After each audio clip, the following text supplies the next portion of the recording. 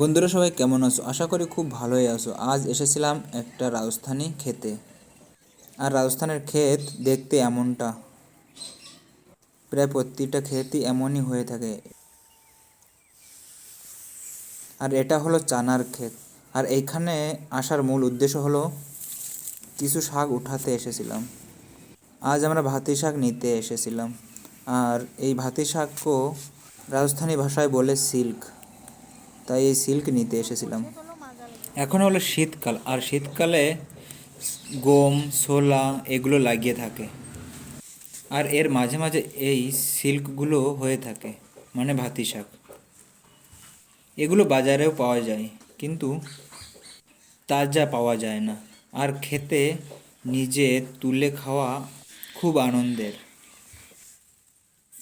আর এর সাথে সাথে প্রাকৃতির মজাও নেওয়া হয়ে যায়। আমাদের শাক তোলা প্রায় শেষের পথে। দেখতে পাচ্ছ বন্ধুরা, আমরা কত শাক তুলেছি। আর এইগুলো হলো চানা শাক, মানে ছোলা শাক। ভাবলাম কি যে সিল্কের সাথে সাথে ছোলা শাকও তোলা যাক।